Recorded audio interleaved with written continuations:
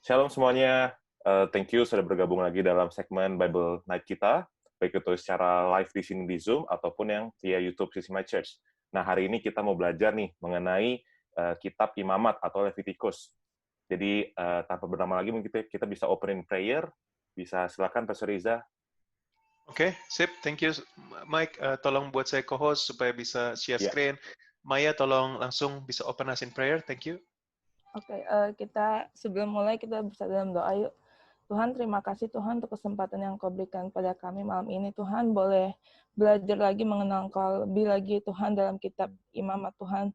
Biar Engkau persiapkan hati kami, persiapkan pikiran kami. Tuhan, berikan kami penghayuan yang baru Tuhan melalui sesi ini. Tuhan, bukan cuma kami Tuhan, tapi biar orang yang menonton dari YouTube juga Tuhan diberikan penghayuan yang baru. Terima kasih Tuhan. Sertai sesi ini ya Tuhan, di dalam nama Tuhan Yesus kami berdoa mengucap syukur. Haleluya, amin. Oke, again welcome everyone untuk ini sesi kita yang hari ini tentang imamat. Waktu saya lagi siapkan, saya langsung presentasi aja, saya share screen. Bentar. Semoga optimal ya. Sini saya hide, present. Gimana? Kelihatannya oke? Oke, sip. Yep. So, imamat ini waktu saya pertama pelajari, saya pikir, waduh, berat nih imamat. Karena semuanya tentang peraturan-peraturan gitu kan. Tapi wah, ada inspirasi pewahyuan yang luar biasa. Saya harap teman-teman semua yang menonton ini, saudara semua bisa menikmati pewahyuan itu bersama-sama dengan saya malam ini. Jadi mulai dari teorinya dulu tentang penulis, kita percaya secara Kristen tradisional, kita percaya bahwa semua Taurat, yaitu Kejadian, Keluaran, Imamat, Bilangan, Ulangan ditulis oleh Musa.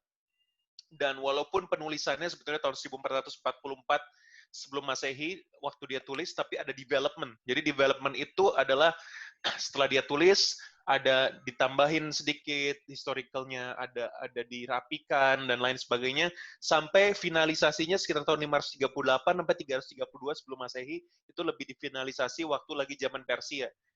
Waktu bangsa Israel kembali dari tanah pembuangan, kembali ke tanah mereka, itu mulai dirapikan lagi.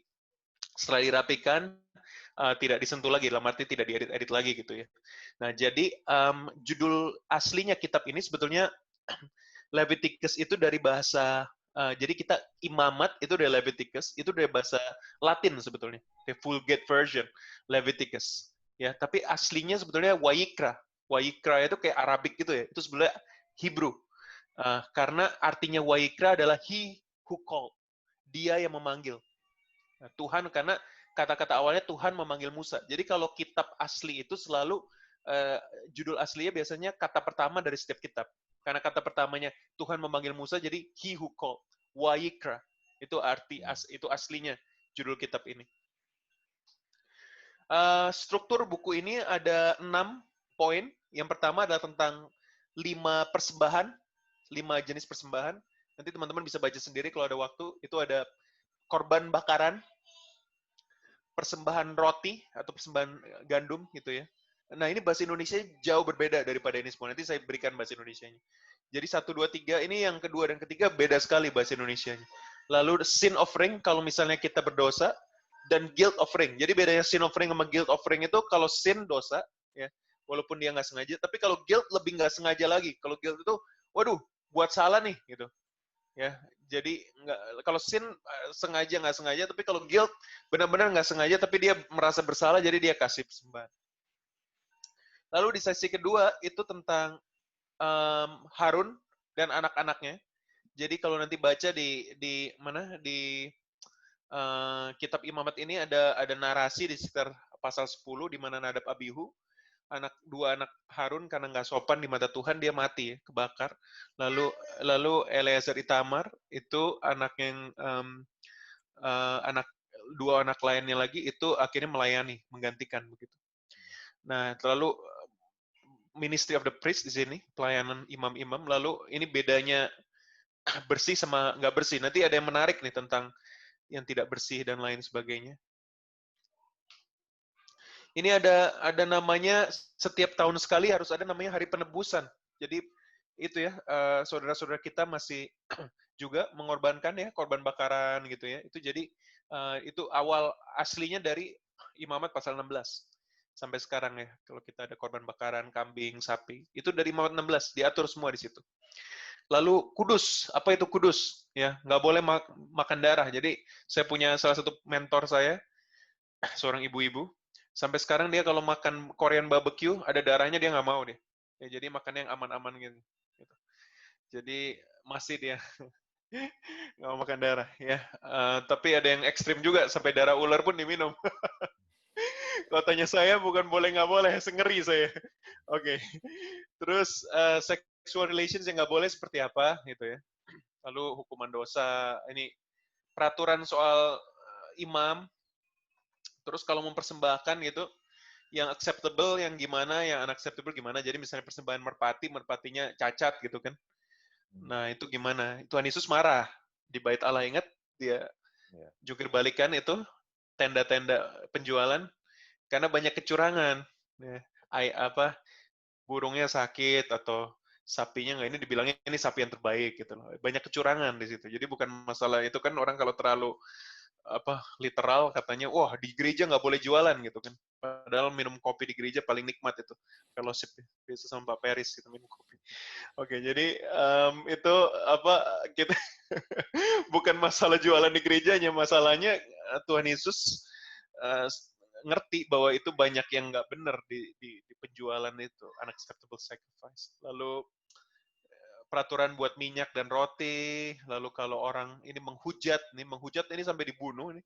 Dia ada yang menghujat di situ, orang menghujat nama Tuhan dan dia dibunuh, akhirnya dilemparin batu ya. Terus ini biasanya kalau lagi khotbah gitu kan, Imamat 26 itu perjanjian berkat dan perjanjian kutuk.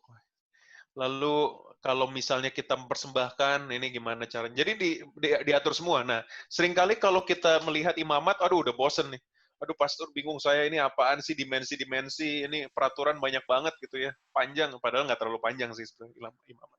Tapi sebetulnya menarik konteks settingannya. Keren sekali. Saya harap dari sini kita langsung dapat satu pewahyuan. Keluaran memberikan pengarahan. Keluaran itu memberikan arahan, directions. Cara membuat bait Tuhan. Tapi imamat memberikan peraturan tentang bagaimana menyembah di bait Tuhan. Jadi keluaran memberikan directions, visi dulu. Cara membangun bait Tuhan. Oke, imamat memberikan peraturan, ya kan? Lalu bilangan memberikan penjelasan tentang persiapan untuk masuk dari Sinai ke Kanaan.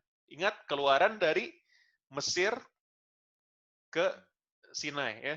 Imamat di Sinai dapat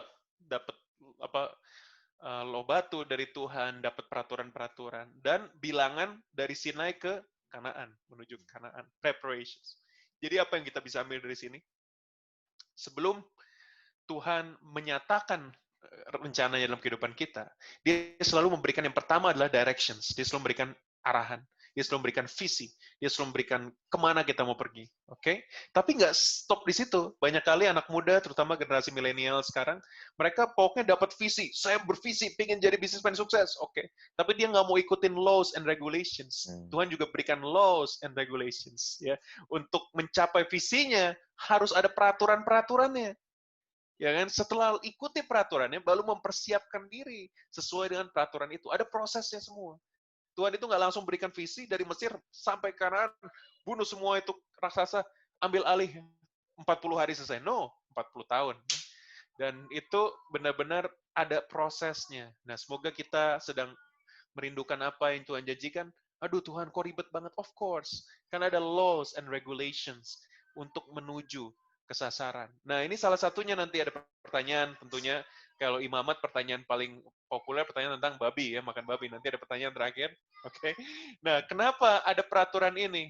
Bayangkan, saudara, saya kan pernah bilang, kayak 3 minggu lalu, kalau tidak diatur makannya oleh Bapa, kalau makanannya makan sembarangan, bayangkan, saudara, itu dalam 40 tahun gitu ya, makan babi tiap hari gitu kan, samcan apa itu yang crispy pork gitu kan, pakai sambal, mati dia tahun kedua sudah, itu generasi baru sudah nggak masuk ke tanah perjanjian, kolesterol semua, ya kan?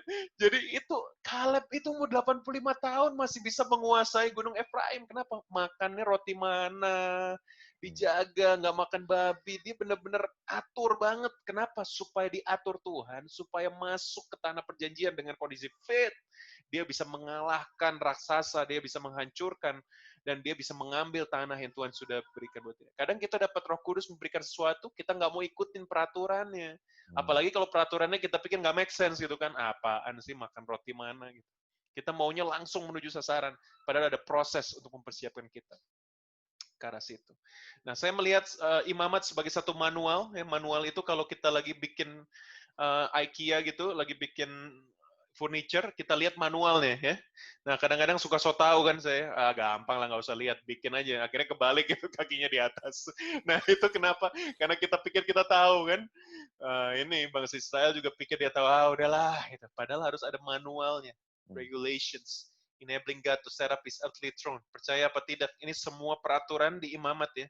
Kalau ketemu anak Yahudi di Melbourne misalnya, yang sekolah Yahudi, dia hafal semua peraturannya. Jenis-jenis persembahan, jenis-jenis ternak, apa dia hafal semuanya. Karena mereka di training benar-benar untuk ingat ini semua. Nah, satu tema khusus daripada imamat, namanya aja imamat ya kan. Nah, firman Tuhan di Perjanjian Baru, kamulah imamat kerajaan nih, udah kudus sekali. Jadi it's all about holiness, tentang kekudusan. Kekudusan siapa? Kekudusan Tuhan dan kekudusan umatnya. Nah, kalau kita bicara kekudusan, seringkali kita pikir kudus itu putih, pakai baju putih-putih, ya dari atas sampai bawah, tertutup semua, lalu begitulah, ya kan, atau kudus itu diam sendiri di rumah.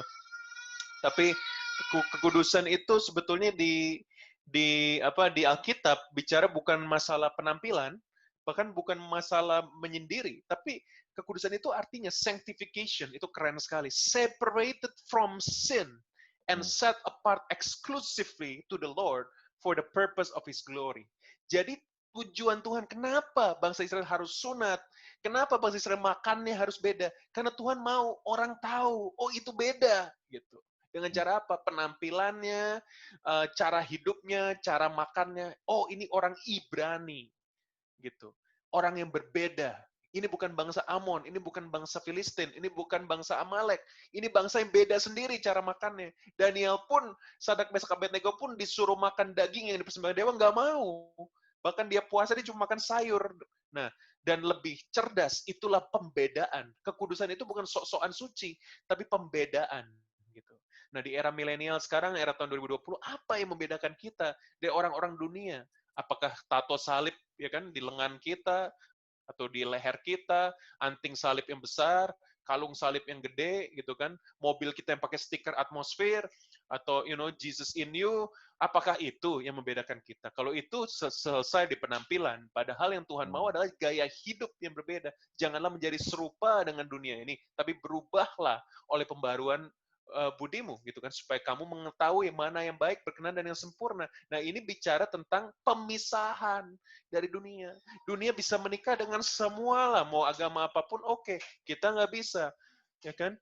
And then dunia bisa pergi kemanapun, oke? Kita nggak bisa. Dunia bisa lakukan apapun, kita nggak bisa. Jadi pemisahan itu yang penting. Jadi kalau baca peraturan itu bukan dibuat supaya hidup mereka sulit, tapi supaya ada perbedaan nih orang Ibrani. Aneh sendiri cara hidupnya. Gaya hidupnya berbeda. Gitu. Saya waktu SMA,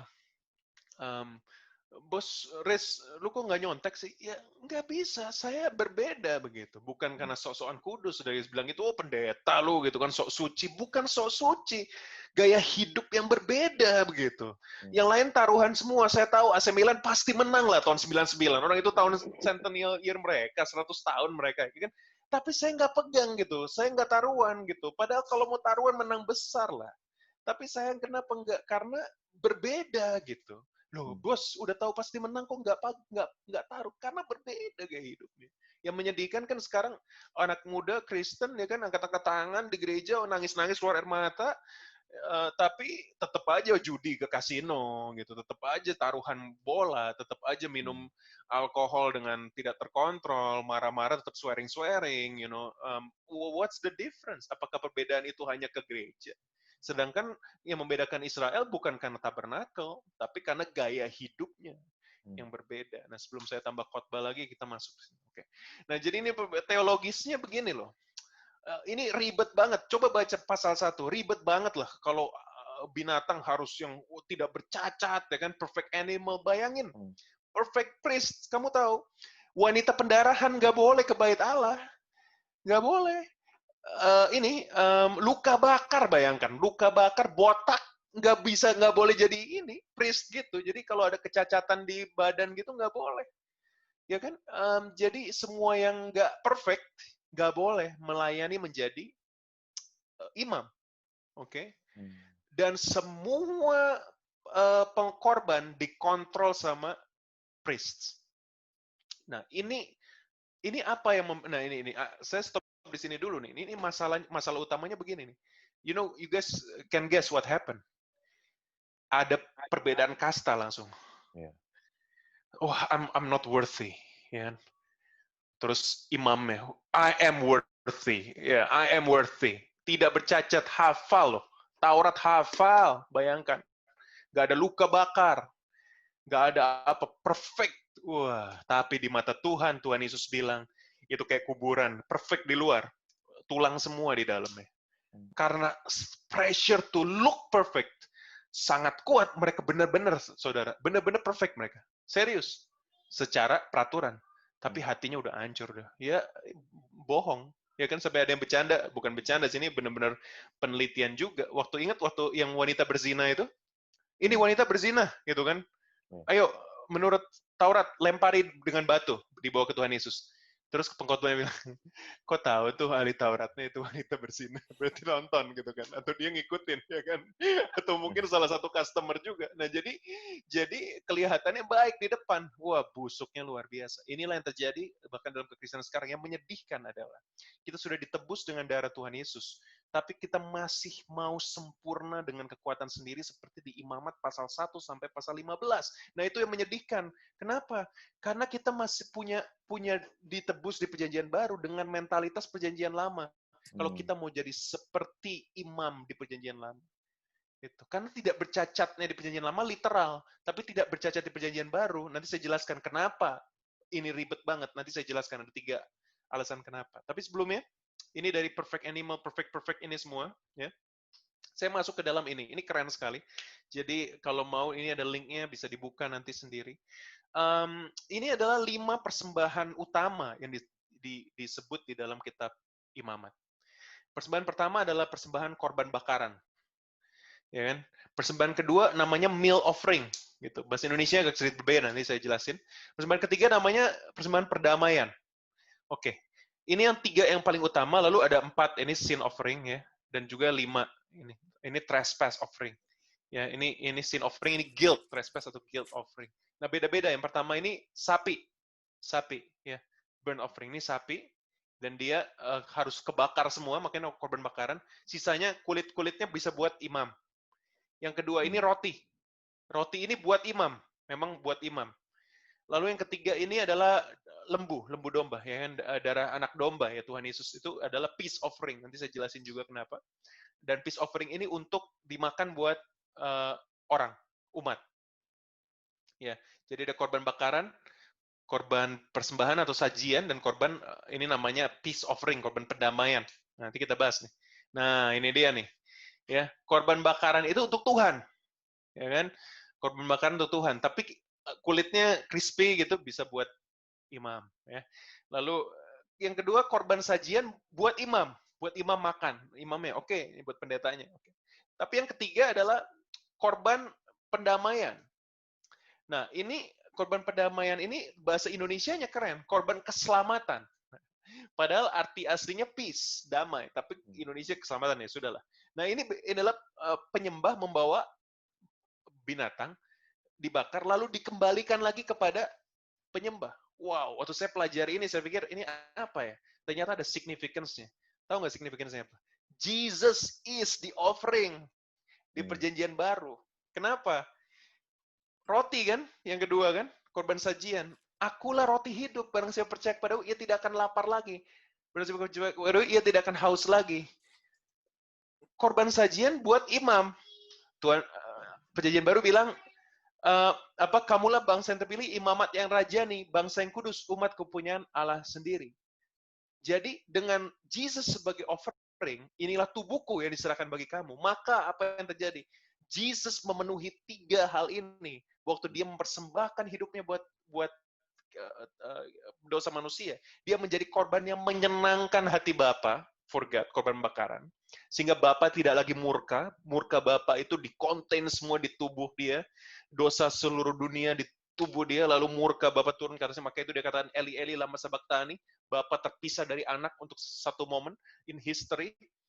Lalu dia mati, itu menjadi korban sajian bagi imam. Siapa itu imam? Bukan lagi imam itu bukan lagi pendeta, tapi kita semua imamat yang rajani, kita menikmati pengorbanan Tuhan dan menjadi peace offering, korban keselamatan, di mana waktu kita makan roti dan minum darahnya di perjamuan kudus, kita mengingat kembali itu adalah offering-nya Tuhan, kita nikmati, kita makan kan, kita makan tubuhnya, minum itu menikmati pengorbanannya. Jadi yang 3.500 tahun lalu diatur, kita praktekkan sekarang dalam konteks perjanjian baru. Berarti apa? Korban Tuhan Yesus itu udah cukup untuk korban bakaran, korban sajian, dan korban keselamatan. Maksudnya apa? Kita didamaikan dengan Bapa, didamaikan dengan sesama, dan kehidupan kita dipulihkan. Karena kita makan dari tubuh Kristus, kan kita mendapatkan berkat, blessings dari pengorbanan itu di cover 3-3-nya. It was so cool, guys. Ini revelation yang keren banget dari Imamat 1 sampai 3. Kalau dibaca kayaknya membosankan, tapi sebetulnya ada maknanya di situ. Bahkan ya, ingat nggak di Imamat 1 itu dipotong-potong kan? Dipotong-potong kan? Yeah. Demikian juga memecah-mecahkan roti, ya kan? Tubuhnya dipecah-pecahkan, kita makan. Wow. Darahnya domba di sprinkling di altar. Di burn offering dan juga di peace offering. Demikian darah Tuhan Yesus tercurah ya kan di kayu salib.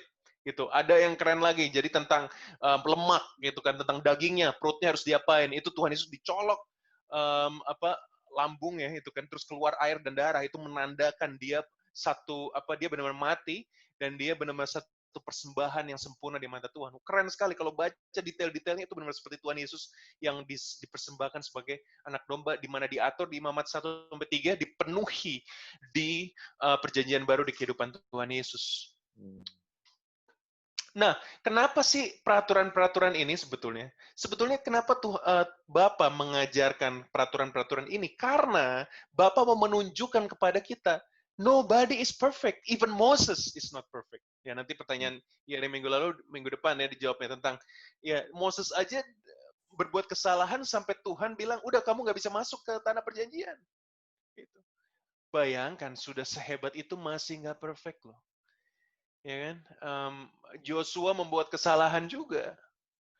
Who else? Daud membuat kesalahan juga. Akhirnya people know, wow, nggak bisa nih. Nobody is perfect. Makanya Tuhan Yesus datang. Jadi Alkitab ini, imamat itu ditulis supaya orang tahu, you cannot do it.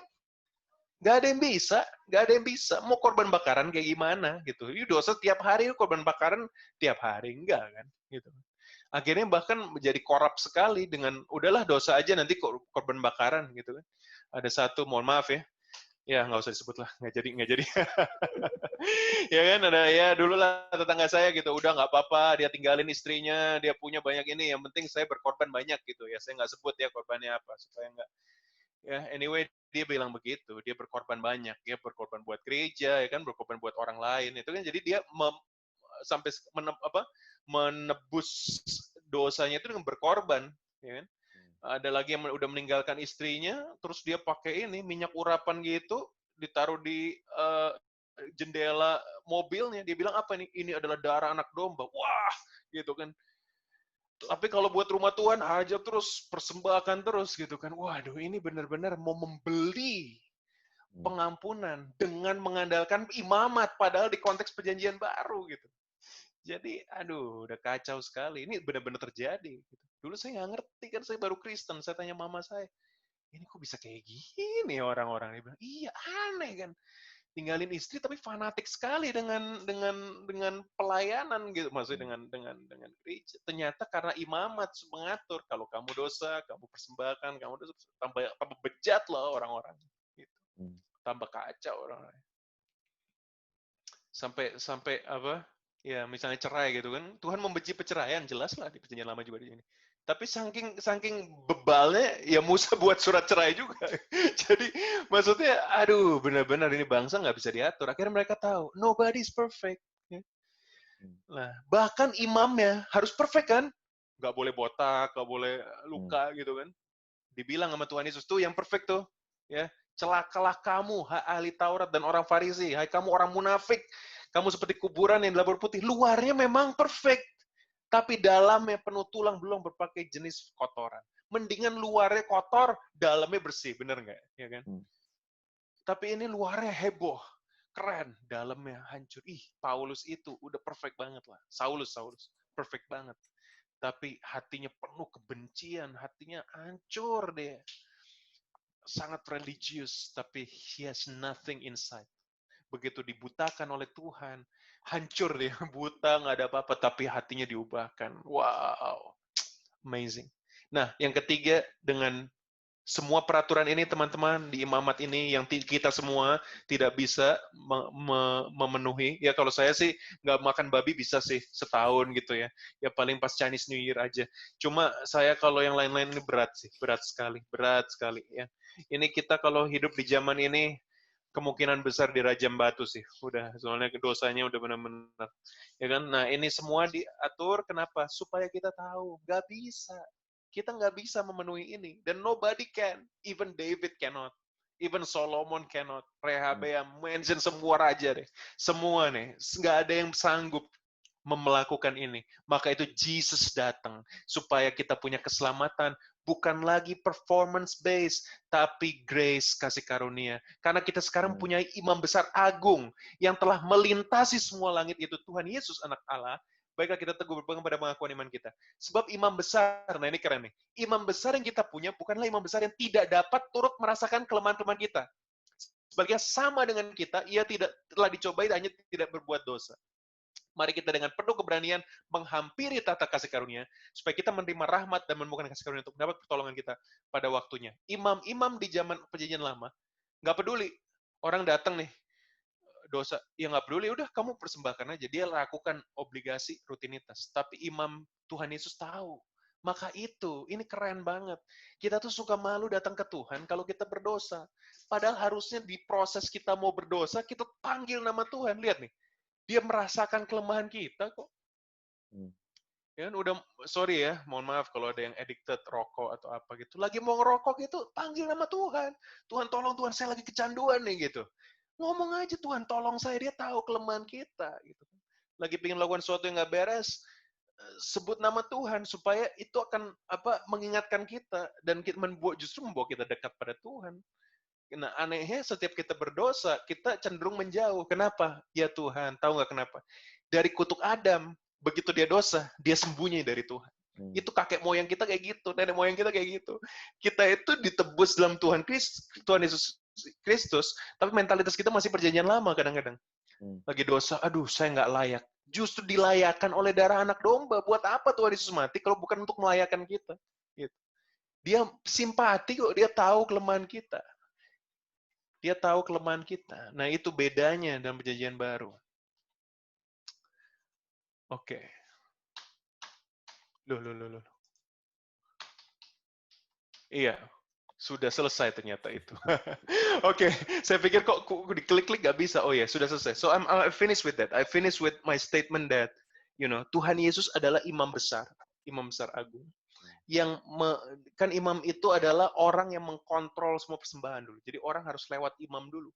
Dia perantara antara kita dengan Bapa. Ya kan? Nah, bedanya adalah dulu nggak ada yang simpati. Pokoknya ya udahlah kamu dosa, ini persembahan. Dia terima persembahan sudah. Kalau Tuhan Yesus dia mengampuni kita, bahkan dia simpati, dia merasakan kelemahan kita. Dia ikut merasakan kelemahan kita.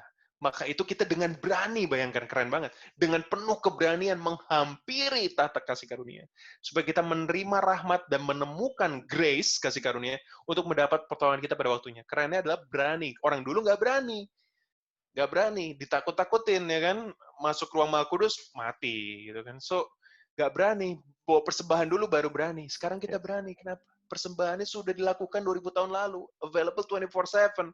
Dosa anytime, we can come to Him untuk minta pengampunan dan untuk dikembalikan reconcile kepada Bapa. Terus waktu dengar ini, waduh, pastor mengajarkan hyper grace. Dosa apapun. Loh, I'm not teaching hyper grace. I'm teaching ayat ini, kasih karunia, bahwa dengan keberanian datang kepada Tuhan gitu.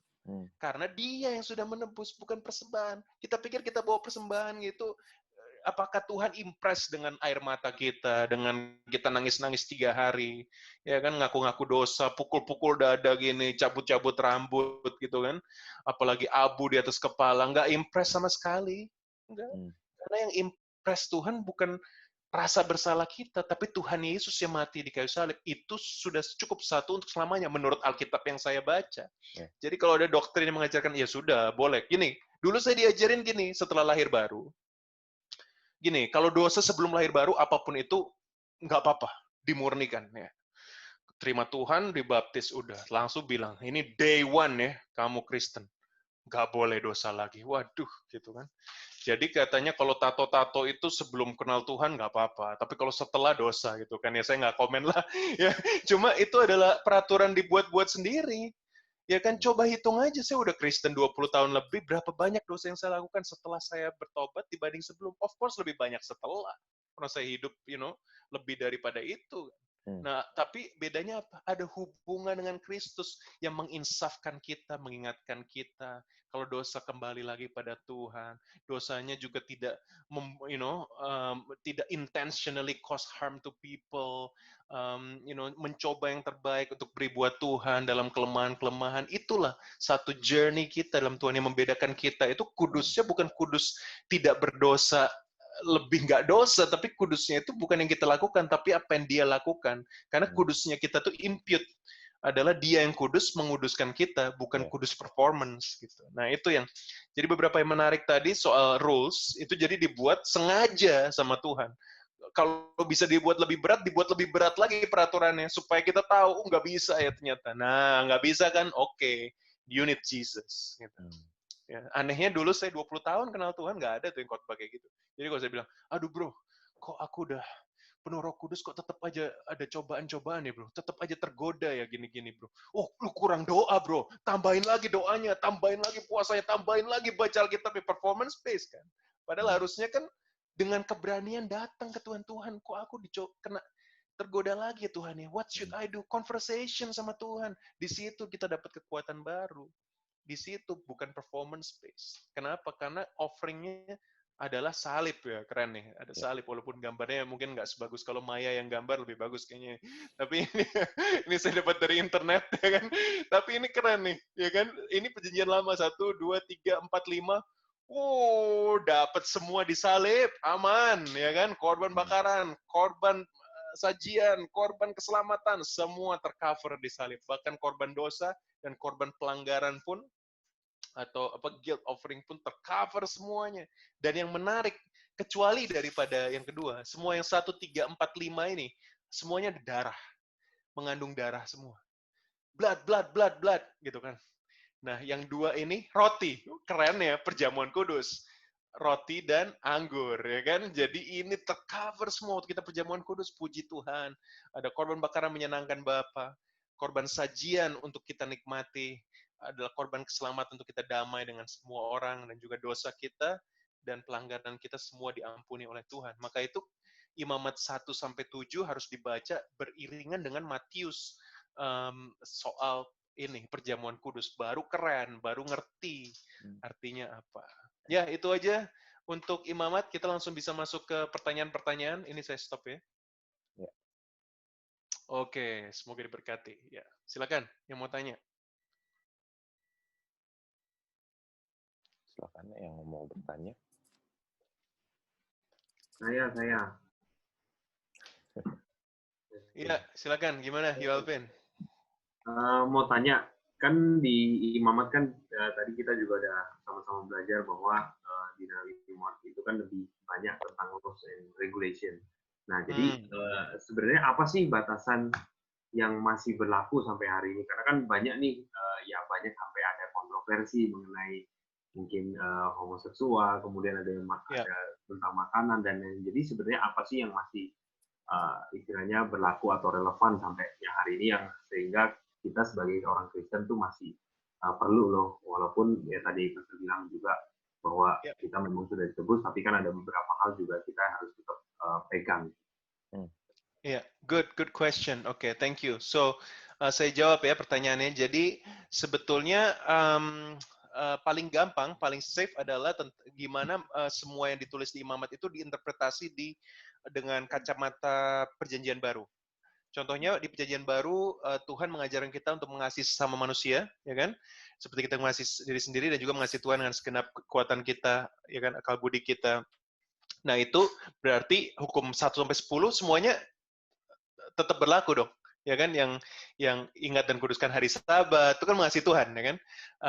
Jangan menyebut nama Tuhan dengan sembarangan, ya kan? Jangan ada padamu Allah lain di hadapanku, jangan membuat patung berhala dan menyembahnya, jangan mencuri, jangan membunuh. Itu kan semua tercover karena di Perjanjian Baru juga diteguhkan lagi oleh Tuhan Yesus. Nah, sebagian hal seperti sunat itu Paulus dengan jelas sekali berkata bahwa di Perjanjian Baru sudah tidak ada perbedaan antara orang bersunat. Jadi dia jelas berkata bahwa itu tidak perlu dilakukan lagi. Itu diatur. Paulus benar-benar dengan jelas. Bahkan dia menentang satu aliran namanya Judaizers. Itu musuhnya dia. Judaizers itu percaya Tuhan Yesus, tapi semua harus sunat, harus makan, nggak boleh makan babi. Jadi Judaizers itu. Saya juga percaya bahwa Paulus pun setelah dia Kristen gitu ya, tanda kutip, tetap dia confirm ya, tetap dia tidak makan ngawur-ngawur gitu, karena dia tetap basically dia tidak mau menjadi batu sandungan, karena Petrus dan yang lain-lainnya juga mereka tetap nggak makan babi gitu kan ya. Nah jadi itu parameter pertama adalah melihat apa yang sudah disibakkan di Perjanjian Baru. Ya, nah jelas sekali mengenai makanan itu disibakkan atau diungkapkan Perjanjian Baru di Penglihatan Petrus di Kisah Rasul, di mana di Penglihatan Petrus itu saya coba cari ayatnya ya. First about animals cleansing. Oke, itu Kisah Rasul pasal 10 ayat 9 sampai 16. Nah, Tuhan Yesus sendiri yang berkata kepadanya, "Do not call anything impure that God has made clean." Basically untuk ada binatang-binatang gitu, dia dapat penglihatan disuruh makan gitu kan. Kill and eat. Waduh, nggak boleh, aku nggak mau makan yang itu. Terus Tuhan bilang, "Aku sudah memurnikan." gitu. Nah, ini juga kontroversi juga gitu kan, apakah ini metaforik apa beneran? Tapi Paulus sudah jangan jelas bilang nggak apa-apa. Itu kan nggak apa-apa. Karena sudah dimurnikan Tuhan, itu udah nggak main peraturan-peraturan lagi. Bahkan Paulus bilang, kamu sudah mulai dengan roh, kok mengakhiri dengan daging. Kenapa? Karena ada orang-orang yang sudah nih percaya kasih karunia, terus dikotbahin sama Judaizers, nggak boleh. Kamu harus tetap peraturan-peraturan, imamat, gitu kan. Paulus bilang, kamu udah dalam kasih karunia, kok balik lagi ke imamat sih? Imamat itu ditulis untuk supaya kamu tahu bahwa kita nggak bisa. Dengan Tuhan kita bisa. Jadi itu parameternya. Dan yang kedua adalah yang nggak boleh. Juga ditulis di Perjanjian Baru. Karena, for example, homosexuality itu ditulis di Imamat 20 ayat 13 ya. Jadi, janganlah seorang laki-laki dengan laki-laki. Tapi di Perjanjian Baru ditulis juga. Contohnya, 1 Korintus 6 ayat 9 sampai 10. Itu ada tentang sodomi di situ, ya kan? Ada tentang sexual immorality. Lalu juga kalau nggak salah di mana? Di Matius juga, Matius 19 ayat 3, Tuhan Yesus bilang, in the beginning God made them male and female, gitu kan, men and women, ya kan, itu jelas. Yudas 1 ayat 7, ya kan, banyak sekali referensinya, 1 Korintus 6, 9 sampai 10, 1 Timotius 1 ayat 9 sampai 10, diatur. Perjanjian Baru juga jelas, Roma 1 ayat 26 sampai 27, gitu kan. Lalu, nah kalau di Perjanjian Baru sudah dibilang begitu, lalu kita coba kontekstualisasi lagi, waduh, itu baru ngawur, gitu kan. Mau dikontekstualisasi kayak gimana, gitu, ya kan. Jadi itu parameternya adalah apakah diatur atau dimention secara jelas di Perjanjian Baru. Dengan gitu aman. Jadi coba aja baca tuh Imamat 1 sampai apa gitu. Kalau nggak diatur di Perjanjian Baru, contohnya kayak jelas ya, kalau persembahan kambing, domba, kita percaya bahwa Tuhan Yesus sudah menjadi persembahan bagi kita, ya nggak perlu lagi. Ya. Apalagi makan udang, waduh, makan udang juga, apalagi udang yang cabai garam gitu, waduh, asik banget gitu, itu nggak apa-apa. Ya kecuali alasan kesehatan gitu. Nah, jadi jangan sampai karena kita hamba Tuhan, kita makan terus, lalu mati muda gitu kan, terus kita bilang nggak apa-apa, Tuhan memanggil kita, padahal Tuhan bilang padahal kamu masihnya 20 tahun lagi gitu, kira-kira makannya nggak bener. jadi ya itu, semoga menjawab ya Alvin ya. Yes, thank you Pastor. Ya, thank you. Oke, Ya. ada lagi mungkin? Next question. Ya, Ya. oke. Ya, Silakan. Ancila. Silakan. Pastor tadi kan di awal Pastor tuh ada bilang kalau imamat itu sebelum difinalisasi itu ada peraturan yang lebih dijabarkan lagi, mungkin lebih detail-detail daripada 10 perintah Allah itu. Aku tuh penasaran apakah peraturan itu emang Musa yang lihat, maksudnya Musa yang kayak bikin sendiri kah karena dengan melihat keadaan yang ada, atau emang Tuhan yang mengutus Musa lagi untuk membuat peraturan-peraturan itu? Oke, good. Oke, jadi gini, pertama yang jelas Tuhan tulis dengan jarinya sendiri itu di 2 loh batu itu ya. Jadi loh batu kan ada 2 versi ya. Yang pertama di Musa marah tuh dibanting karena bangsa Israelnya bikin patung. Lalu dia naik lagi, ya udah kata Tuhan, ya udah lu buat lagi deh, ya udah Tuhan tulis lagi. Jadi itu benar-benar Tuhan menuliskan, bertemu muka dengan Musa, ngobrol, lalu ya ada 2 versi, ada 1 kali Tuhan benar-benar ketemu, 1 kali waktu ditutup muka Musa karena nggak kuat melihat kemuliaannya, tapi ada 1 intimate relationship, dan Musa mengambil itu dibawa, dan berdasarkan 10 itu dia mengatur. Contoh, jangan berzina, oke? Itu dari Tuhan ditulis. Tapi what happen kalau berzina? Gimana dong? Ya kan namanya manusia gitu kan. Jadi ditulis hukum perceraian, ya kan. Terus begini, begitu, gitu kan. Terus jangan membunuh. Kalau orang membunuh gimana? Ditulislah, ini harus begini. Oke, kalau membunuhnya nggak sengaja, ya kan kill, bukan murder. Gini, persembahan. Kalau ada tuh yang kalau kapak nih lagi gini gitu kan, lagi mukul gini, terus kapaknya kelempar, terus kena orang gitu kan, itu manslaughter ya. Bahkan kalau dihukum sekarang mungkin dia nggak akan di penjara sebetulnya. Nah, itu diatur. Itu kan hukum, namanya hukum. Hukum itu diatur berdasarkan 10 poin ini. Dijabarkan. Contoh, jangan menyebut nama Tuhan dengan sembarangan. Ada orang yang menista, ada hukumnya. Harus dirajam batu atau apa gitu. Nah, jadi hukum itu dijabarkan sendiri oleh Musa, tapi Musa kan diberikan hikmat. Nah, kita percaya di kekristenan bahwa semua kitab yang ditulis di Alkitab itu adalah hasil kombinasi dari pewahyuan Roh Kudus dan juga hikmat penulis yang diberikan oleh Tuhan. Karena kita diberikan kreativitas. Cara Paulus menulis sama Petrus berbeda. Cara Yohanes menulis sangat soft, terus bilang yang dikasihinya, bacalah Matius, Markus, Lukas dibandingin Yohanes. Sampai orang bilang Yohanes ini bukan sinoptik, karena beda sendiri dari Matius, Markus, Lukas. Dia caranya beda. Itu Tuhan bekerja lewat kreativitas setiap orang. Jadi bukannya didikte sama Tuhan, lalu dia tulis gitu kan, atau Tuhan tulis loh batu, berbatu-batu turun gitu. Enggak kayak gitu. Jadi Tuhan bekerja sama dengan hikmat manusia bersama-sama. Makanya saya nggak takut kalau bicara redaksionalis perspektif tadi yang saya bilang, bahwa ditulis oleh Musa 1444, lalu diedit atau dikompil oleh seseorang atau beberapa orang sampai tahun 500-an, 350-an. Saya nggak takut, nggak merasa, wah jadi nggak legit dong. Apakah Tuhan hanya memakai Musa? I don't think so.